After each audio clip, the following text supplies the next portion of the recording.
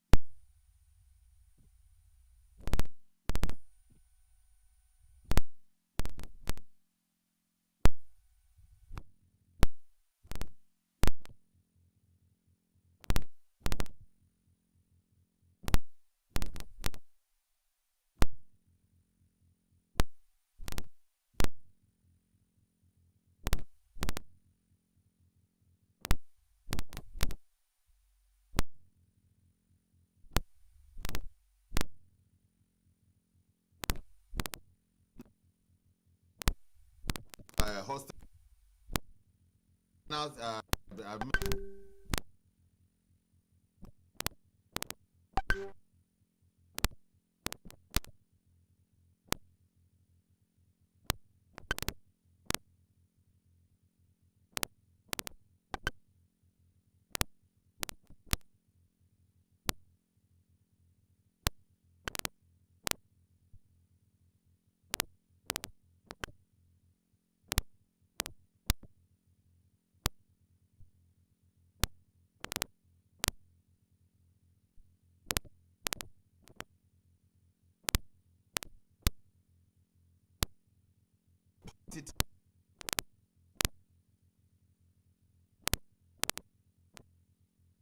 have a plane and you can fly it. No. Do you have this?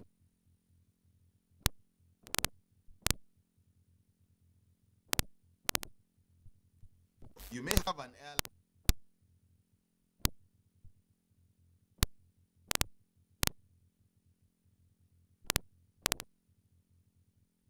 They are able to bring out all the need for evacuation.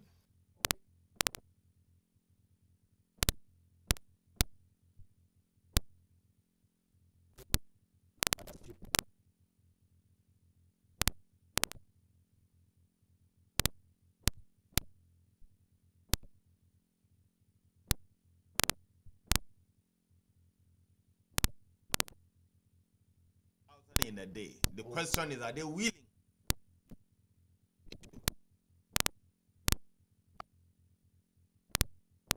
They are loading very shortly as we speak.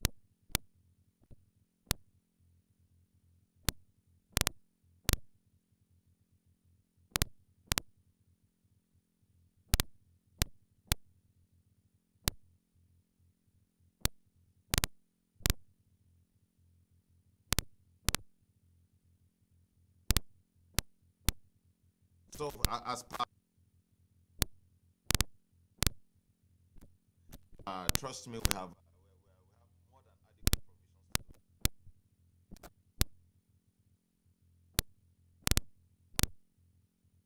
What can a conflict?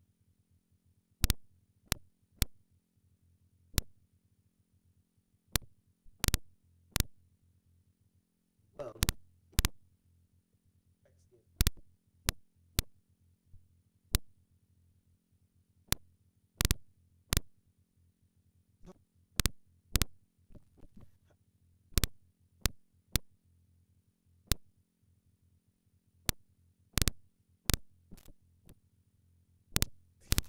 Well, I think one thing we need to understand is that first and foremost, Ukrainians and Russians are the very closest of neighbors. They are all European countries. So what we need to look at as we speak now is Nigeria has taken its stand, and which is the stand for those that support or do not support the invasion, and we voted against the invasion because Nigeria will still prefer dialogue between Ukraine and Russia. We have very wonderful, cordial relationships both with Ukraine as a country and with Russia as a country. So we will still prefer that they come to the table and talk this out. And I think the federal government is very, very supportive of the talks that is ongoing, and we're hoping that that will yield very positive results so that this whole war can be brought to a very, very quick end. Well, I'm trying to avoid the complexities when it comes to international politics. We know that it can be really, really complicated now. But with what is on ground, Russia seems to say that their action is justified due to certain incidents and issues that have come up in the history of Europe and the America. Well, in as much as we will not want to get into the complexities of that, and which I sincerely would not want to, I think whichever way we look at it, there is no war that is, that comes without consequences. Already civilian lives have been lost and all that, and what Nigeria would rather have is a very, very quick end to this, and that dialogue and diplomacy should take the place, the place of what's going on right much more than destruction of lives and property. So let's look at the Nigerian relationship to Russia, for instance. What presently is the situation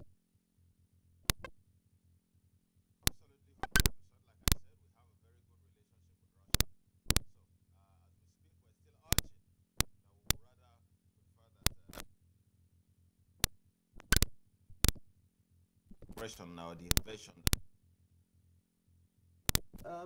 Then the United Nations itself had to also conduct a vote. Do you see this incident coming to be settled anytime soon?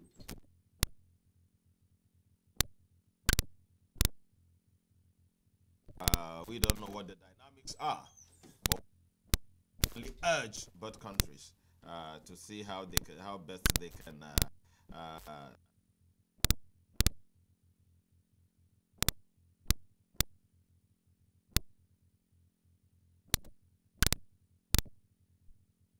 let's look at Europe.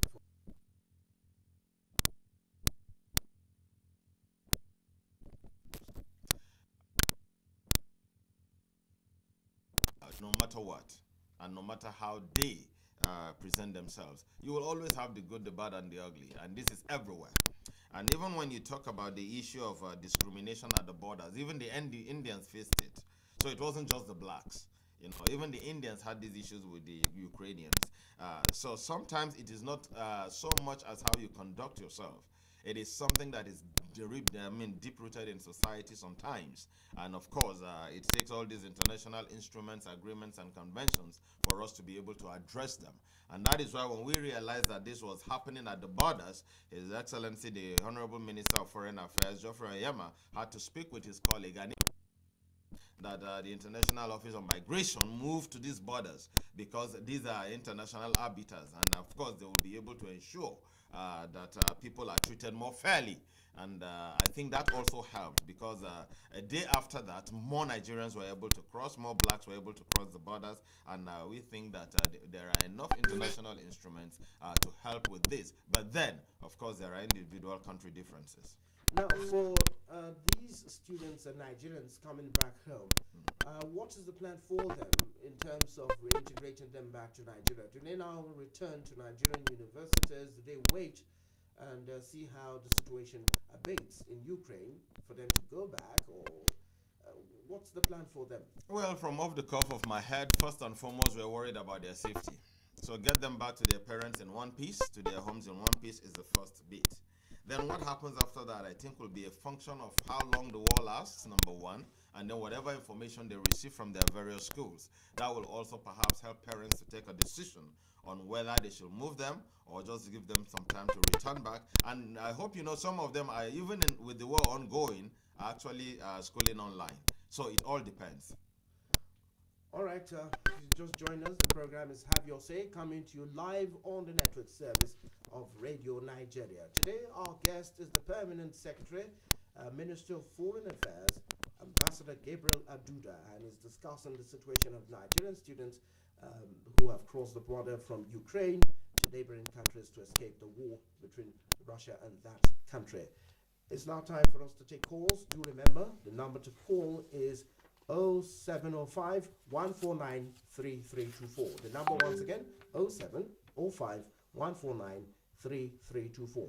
Don't forget, you can go to YouTube at Have Your Say hashtag. Remember, it's in one word and in lowercase. But before we take calls, we'll go for a short break. When we come back, you can call in and be part of the program. Radio Nigeria, uplifting the people and uniting the nation.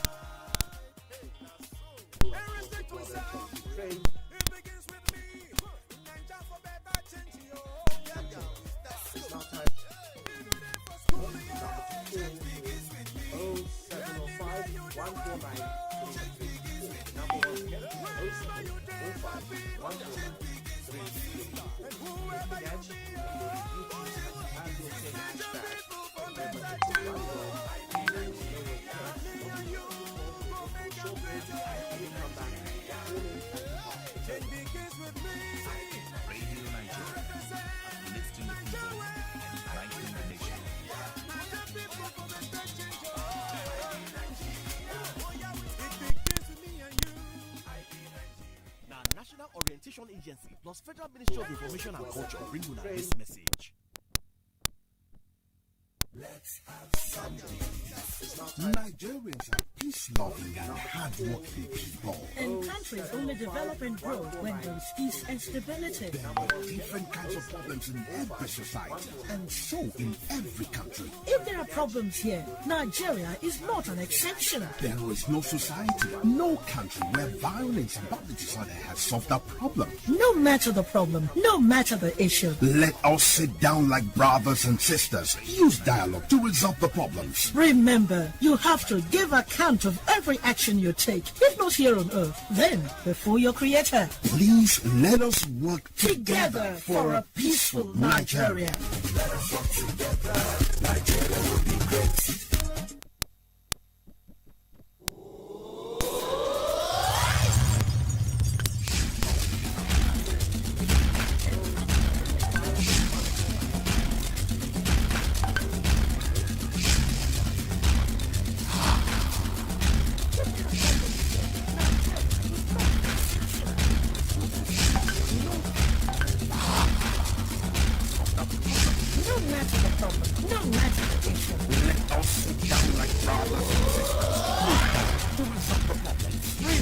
Yes, indeed. Thanks for staying with us. The program is Have Your Say, coming to you live on the network service of Radio Nigeria. We just came back from a short break.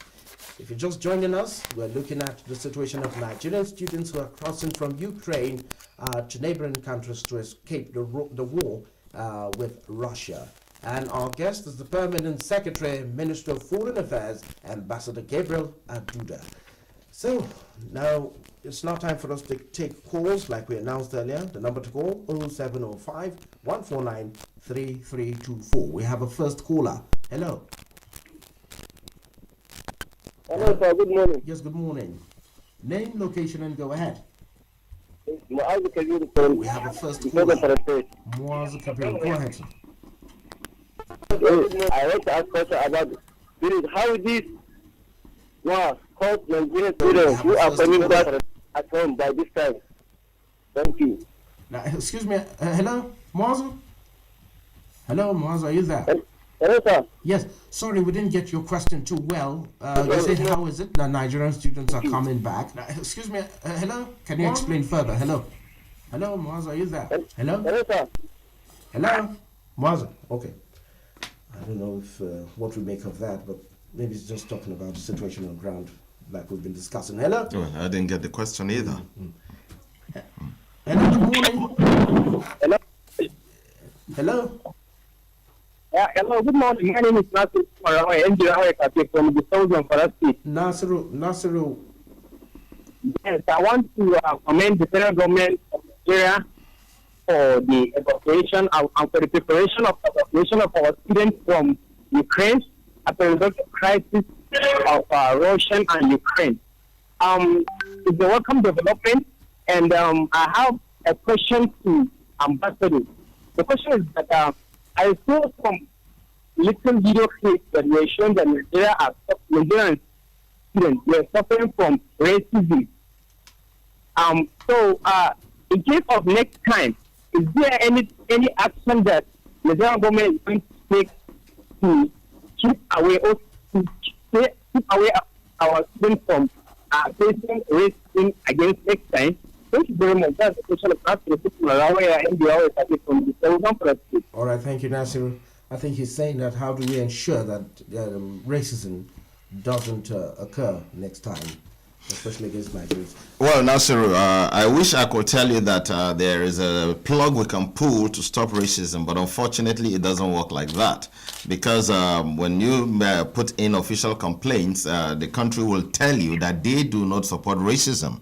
As you are aware, the European Union have come out with a statement to say that there has been no form of discrimination at the borders, that it does not support any form of racism. But you see, that does not actually stop it physically from happening on ground. So to a large extent, all forms of diplomatic avenues are explored. We try to speak with the countries, and wherever we have cases that we're aware of, we actually take them up with these countries. We have summoned ambassadors severally to discuss issues where we feel that our citizens were not properly treated. And we make this very, very clear to such countries. We let them know that it is not acceptable. And in some cases, we have requested some specifics with such institutions, especially where persons are known. So to a large extent, this is something that we can only hope that the international bodies will rally together and see that we try to get this out of humanity as a whole.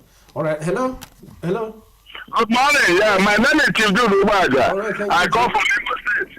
I want to commend the Buhari APC government for her patriotic efforts in making sure that Nigerians in Ukraine, including our students here, are completely evacuated back home through the Ministry of External Affairs, the Nigerian Diaspora Commission, and others. And most importantly, going out $8.5 million to do this in the face of daunting challenges starting the country on our face, which include but not limited to insecurity problems, ASU strike, high debt burden, economic challenges, and others. And therefore enjoy wealthy Nigerians, philanthropists, leaders of faith-based organizations, and others to complement the federal government efforts on this, to ensure that no Nigerian life is lost in the problem between Ukraine and Russia as a way of being their brother's keeper, good patriots, and identifying with them to give them a sense of belonging. Specifically, airline operators in this country, I enjoy to emulate the operator of AP, Sonyema, who donated his airline during the xenophobic attack on Nigerians, in South Africa, to actually patriotically donate their airline to convey Nigerians in Ukraine back home, free of charge, to complement the federal government efforts on this. While Nigerians in Ukraine, neighboring countries like Poland and their relations should jettison anxiety that may be injurious to their health over this development, and the federal government is on top of the situation. Finally, I enjoy the federal government to set up a rehabilitation fund commission, just like the Northeast Development Fund Commission, to help actually, in taking care of these Nigerians from Ukraine, to reduce the psychological and sociological problems they are putting through as a result of their coming back home suddenly. Thank you very much, and God bless you. All right, thank you very much, Jude. I think we should take more calls, then we come back to react to them generally. Yes, hello? Hello? Name, location, and go ahead. You're on to have your say. Hello? Hello? Good morning. Are you there? Hello? Okay, while we wait that call, maybe you can quickly react to the last caller who talked about the establishment of a rehabilitation fund commission for Nigerians returning. But I thought we already have. Okay. Hello? Hello? Hello, good morning. Name, location, and go ahead. Hello? Hello, good morning, Mr. Daniel. Good morning, Radio Nigeria. You are speaking with Nasiru Hussein Gusau's Zamfara State, the capital of Zamfara State. Good morning, Nasiru. Go ahead. Yeah, good morning, our guest today. You are highly welcome to this program. Happy your say. Sir, you see very well. Sorry, we didn't that happened between these two parties, Russia and Ukraine, and very sad, and they are very unhappy about the administration. So why is supposed to be doing here is that I want to advise the federal government and Ukraine. Don't put your own side, whether you like Russia or Ukraine. This is a big matter that is here. What is supposed to be doing here is that to address this problem that happens in like these two parties. Every and also so that they address this problem. We are not like to our people to go to abroad to get education, because this afternoon guys try and collecting students that happen in this country. That's why our people to like to go abroad and get education. When you address this problem, we shall like about this. So far, Mr. President has tried your best yesterday that are approved to get 3 billion so that our people coming back to the home. That one is very sensitive and is very, very fantastic what people in this country in Nigeria. What is supposed to be doing is that I want to advise the family secretary so that we are not like to go there are people to stay here in Ukraine and then I try to bring out your people all and to take for our parents what is happening. Just like to go there when they are peace in Ukraine to continue their school, or they just want to stay here in country to do our school. What is supposed to be good there is that. Thank you for federal government, thank you for the process, thank you for federal government. Nothing will tell you, the process. Mr. Dan. Thank you very much, Nasiru. I'm sure the minister will want to react to your advice.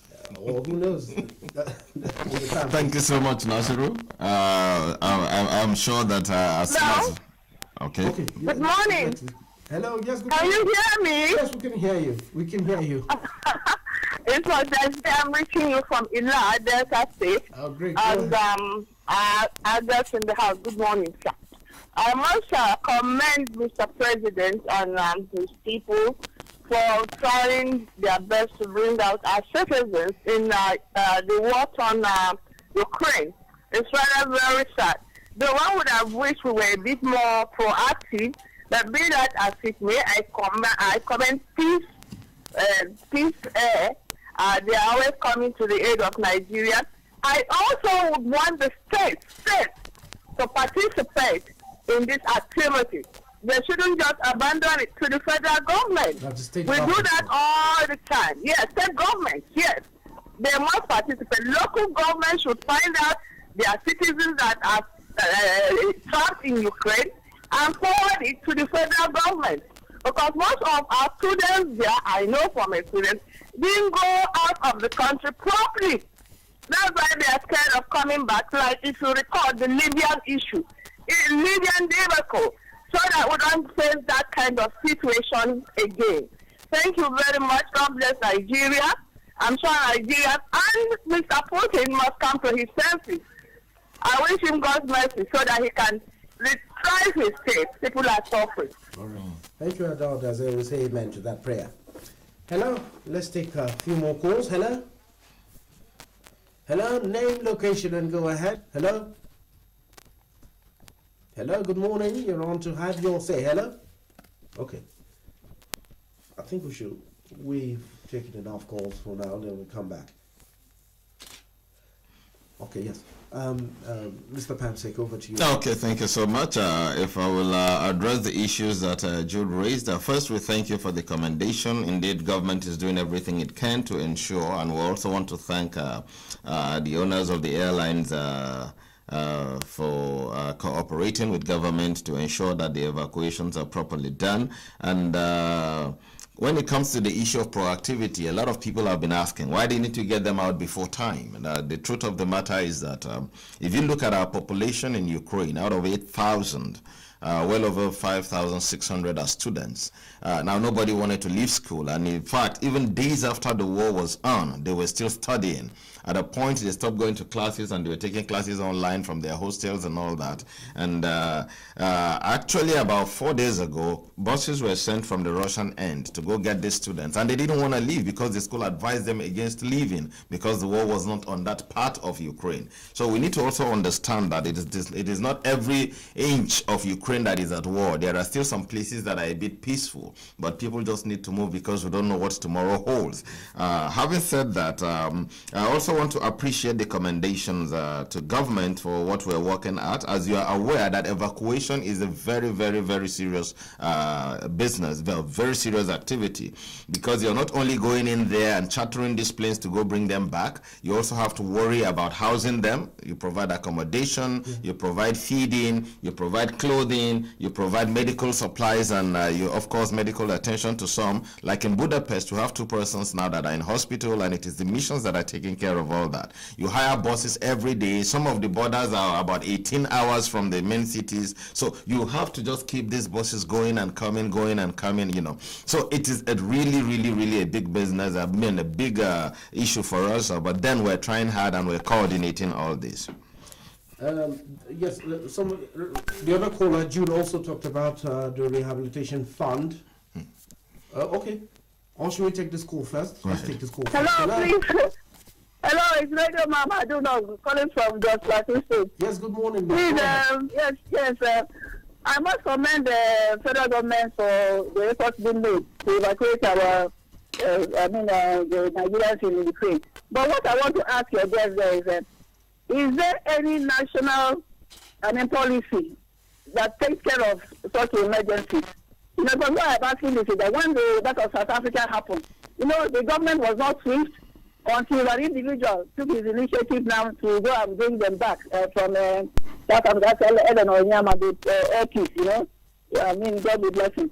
So I begin to wonder, if we don't have one, we better have one, because it's embarrassing. Then, again, what I take away from what is happening now, you know, because of the office second strike, right, as I'm speaking to you now, office on strike, now has down a kind of solidarity. then what does it tell us? You know, what does it tell us? Look at now, most of our students, especially medicine, most of them have gone to Ukraine because of what the problem we are having back home here. So we should try and do something about the educational system and the health system and the rest of them. No responsible government will wait for something to become a problem to become an emergency before acting.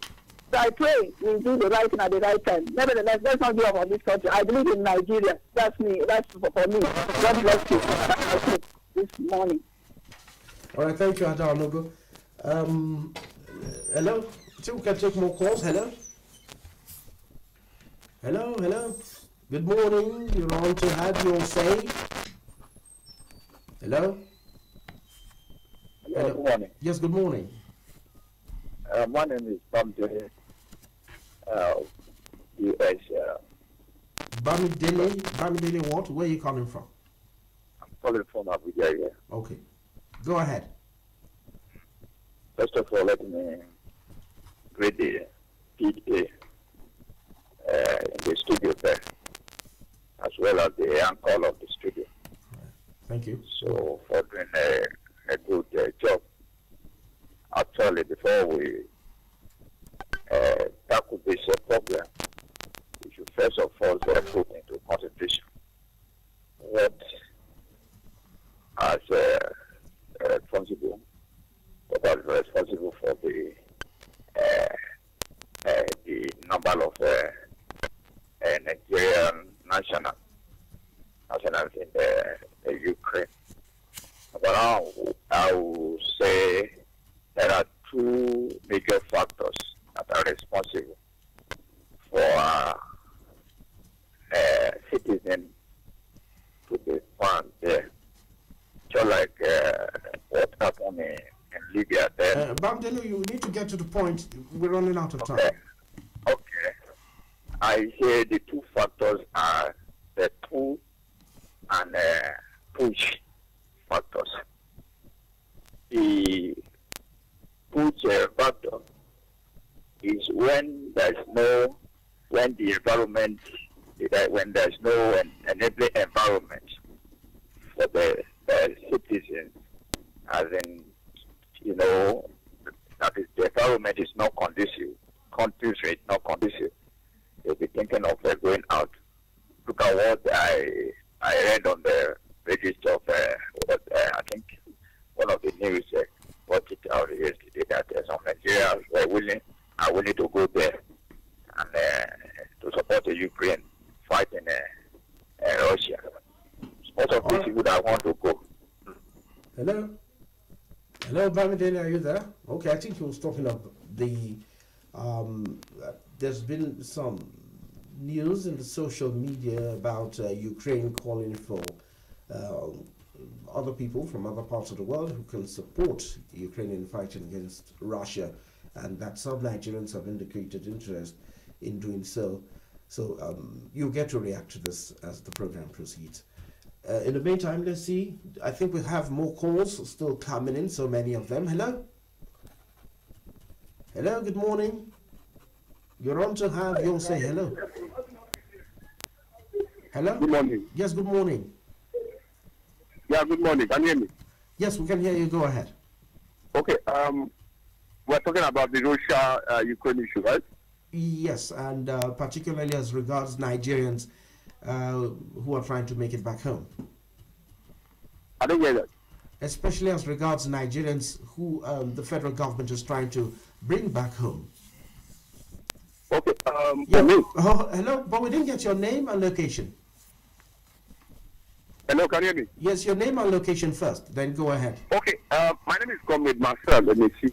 Okay, Marcel. I'm calling you from Mokbabenibo, Enugu State. Okay, go ahead. So for me, what Russia is doing, I think most nations are condemning it.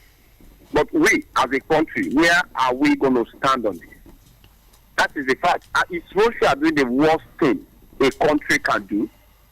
Now, for me, they are saying you can't come and have your military base near our country. Let's also be fair to them. Now, what US have done in Libya, has anybody challenged them in the whole world? What if you can remember easily what US have done to Libya as a country? Marcel, I think we're trying to concentrate particularly on the issue of bringing back our students, Nigerian students, and Nigerians who are trapped in Ukraine and are in neighboring countries now trying to make their way back home. So I think we can limit our discussion to that area. Like we mentioned earlier, this international politics has a lot of Good morning. complexities. Yes, good morning. My name is Chief Fidel Onyenek, and I'm calling from Owerri. Yes, sir. I want to appreciate the government for its efforts in evacuating Nigerians who are stranded in Ukraine. But to say that we should relax in the issue of documentation, because there may be other Nigerians who may not have the appropriate documents. We can't say because of that, then we allow them to suffer and die there. But at the same time, we must guard against bringing in some blacks who may not be Nigerians, but they want to play a fast one on us and come in. Let me quickly say that in bringing back these people, we must ensure that their welfare facilities are provided for them, and we must not treat them in such a way that they will regret even being Nigerians. There is need for appropriate treatment so that by the time they come back here, they are properly handled, they will unite with their people, and they wouldn't have any regret. Thank you, and God bless you. I'm Fidel Oyeneke. All right, thank you, Chief Fidel Oyeneke. Back to the studio. Okay, one more call, then we'll come back. All right, yes. So back to you now. You can start from the other aspects. I think we're still looking at one of the particular issue, that is the fund, Rehabilitation Fund Commission. I think we should also understand that government shouldn't be too much in a hurry to create institutions at every cry. There are already enough institutions on ground to be able to handle these issues, and that is why this evacuation efforts is an interministerial activity. We have the Emergency Management Agency, the Humanitarian Ministry, and all other relevant ministries, departments, and agencies working along with the Federal Ministry, with the Ministry of Foreign Affairs to ensure that these evacuations happen. And when you talk about setting up commissions, I think we need to also look at what we're dealing with. We have a total population of about 8,000 persons in Ukraine, out of which about 5,600 plus are students. The others are not students, they are businessmen and what have you. So when you're talking about setting up a commission, the question is how many are even willing to come back home? Already over 5,000 have crossed the borders, and those that are willing to come back home as we speak, the numbers are just building, because we will continue on the efforts to encourage them to return, to see how many of them are willing to come. So that also matters. And so far, I hope we also know that for the past 4 days, Nigerians in Ukraine have been coming back. Because what we have been doing is, where we have them in small batches, their parents, or where we have parents that are able to pay or get tickets for them, the missions facilitate their passages to the airports, and then they come back home. So we've been receiving them for the past 4 days. As we speak to you now, another batch landed this morning, and as I speak to you, they're on their way to Gadua for COVID tests, after which they will be released to their parents.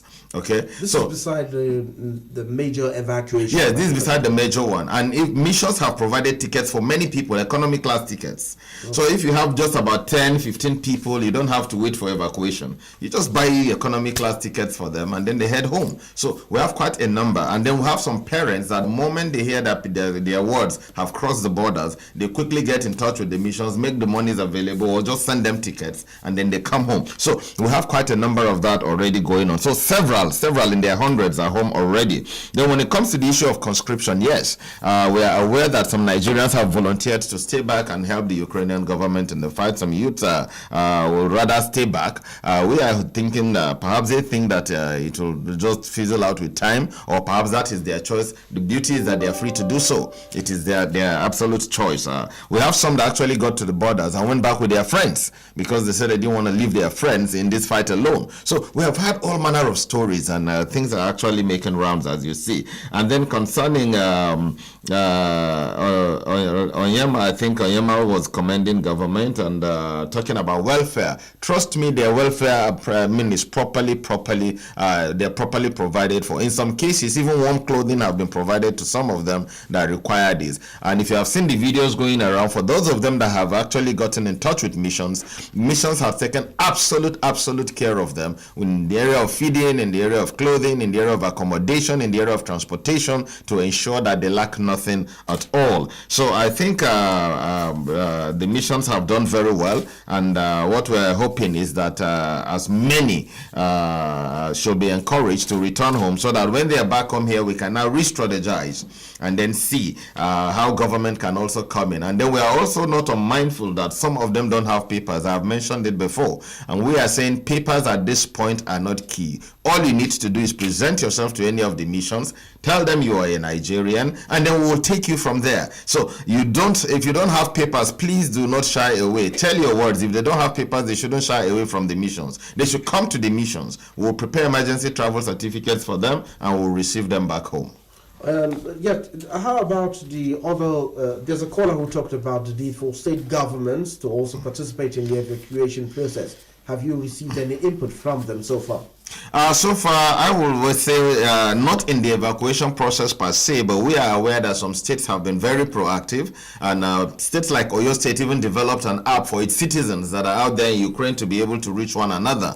And here the Governors Forum also came up with something that they pushed out to some of their children out there to assist. So that actually helped. What that did was to improve communication between them, the student union leaders, and the missions. And that actually helped in the process of the evacuation. But for now, we don't think that the government is overwhelmed. We will call for help if we think we need it. But for now, I think with the provision that government has made, we have more than enough to cater for the whole 8,000 if they want to come home. And in fact, we also made even a slight provision for other African countries that have written to government officially asking that we help them with the evacuation of their own citizens. We also made even a slight provision neighboring for other African countries that have written to government officially asking that enough to cater for the whole 8,000 if they want to come home. And in fact, we also made even a slight provision for other African countries that have a specific national policy to see how we can handle such situations, like we had the Libya incident, we had the South incident as well. Now we're talking of Ukraine. So the policy we have on the ground, is it able to see how these matters can be sorted out? Well, you see, the emergency management policy that we have and other emergencies, whichever way you look at it, is an all-encompassing policy. And what that does is that it provides the basis and the background or the framework for which we engage and to get our persons out. And if you look at the various conflicts that you have made reference to, all these have very, very different backgrounds. In South Africa, it was xenophobic. Okay, it wasn't an issue of South Africa fighting another country or whatever. No, it was more of an implosion. Okay, so to a large extent, we address these issues in government based on their peculiarities as they come. But there is a national framework that permits us to do that within the ambit of policies that are already existing. Okay, let's take some contributions from our social media platform. We have Nasiru Usman Rawaya from Gusauza for the state. He says, I want to commend the federal government for its effort of evacuation of Nigerian students from Ukraine back home to Nigeria. My question to the ambassador is that we heard that Nigerian students in Ukraine were facing serious racism issues from the hands of the whites. Can you ensure the protection of our students against racism in case of next time? Okay, I think this question has been answered already. Idris Abubakar from Abuja says, good morning, the guests in the studio as well as Nigerians. My question goes to Mr. Ambassador. What efforts are you putting in order to convince those that don't want to come back? And what about those that don't have papers? I think this was also answered earlier about papers. The ambassador talked about ETC, emergency travel certificate. Okay. Peter Kure from Kaduna says, I'm listening to your program loud and clear here in Kaduna. Thank you so much for doing the good work. Thank you to you two for listening. Yes, let's take a call. Hello? Some calls again. Yes, hello, good morning. Yeah, good morning once again. I'm very, very sorry I'm back last week. So just taking one more question, please. My last question is that if the war is finished, I mean, if the war is ended between Russia and Ukraine, then what can you assure our students here in Nigeria that they are going to go back for their states, especially those that are sponsored by state and federal government? Thank you very much. That's my last question. Okay, all right. Thank you, Nasiru Rawaya. Let's take the last contribution from here very quickly, then we come back to the permanent secretary. Samuel Emmanuel from Abuja says, good morning all. About the evacuation, is it only students that the federal government are going to evacuate, or all Nigerians that are willing to come back home?